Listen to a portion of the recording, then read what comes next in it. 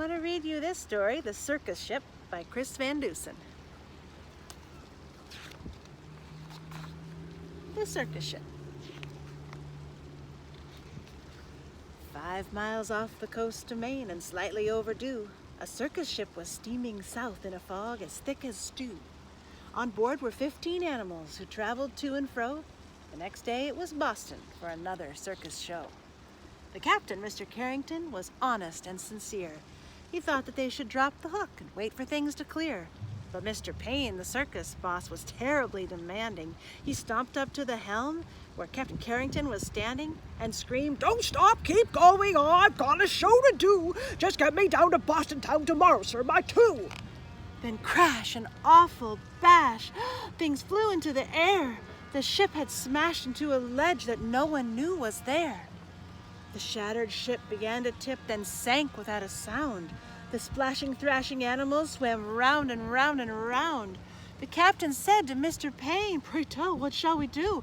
We can't just leave them there to drown. We've got to save them too." "The animals?" yelled Mr. Payne. "Why, sir, are you daft? It's me that you should rescue. Pull me up into your raft. Now ferry me to safety, sir, before I die of cold." "Don't question me," barked Mr. Payne. "Just do as you are told." Through chilly water all night long the animals swam on until they reached an island beach just before the dawn. They pulled themselves up on the shore, bedraggled, wet, and beat, then staggered to the village on weary, wobbly feet.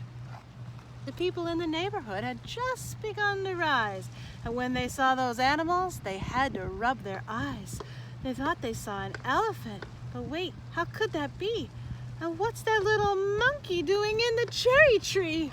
Soon animals were everywhere and into everything. There's an ostrich in the outhouse. There's a hippo in the spring. There's a tiger in the tulips. There's a lion on the lawn. There's a python in the pantry. It went on and on and on. Mr. Hood was stacking wood and nearly jumped a mile when he found the alligator sleeping on his pile. And Mrs. Dottie Daly, who drew daisies by the bunch, discovered that the zebra had been eating them for lunch. And Miss Fanny Feeney found, according to the rumors, the silly little circus monkey swinging in her bloomers. But everything changed quickly, like the turning of the tide. The night the Abbott's shed caught fire with Emma Rose inside. From high above the Abbott's farm, the tiger saw the shed. The sight of smoke and fire triggered something in his head.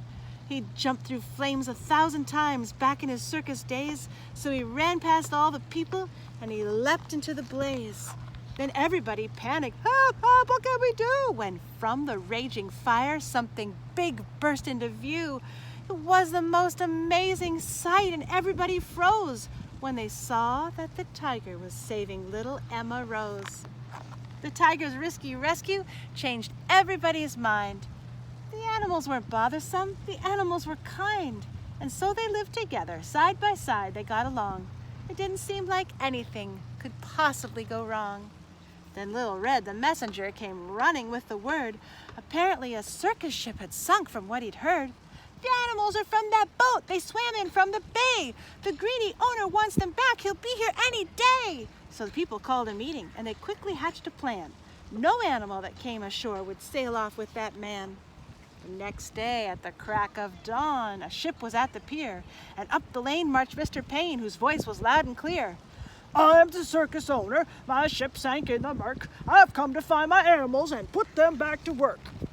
He hiked until he came into the center of the town. His face was red. He scratched his head. He stood there with a frown. Mr. Payne looked high and low, but still he couldn't see the 15 circus animals of his menagerie. He ran around the alleyways. He searched the village square. He even checked a chicken coop. His animals weren't there. Mr. Payne was tuckered out. His heavy chest was heaving. Then Little Red stepped up and said, "I think your boat is leaving." He ran off in a fit of rage. His ship was leaving sight. And so he jumped into a rowboat and he rowed with all his might. And from that day, they like to say, their lives were free of pain. It was a happy, peaceful place upon that isle in Maine. The end. Based on a true story, The Circus Ship.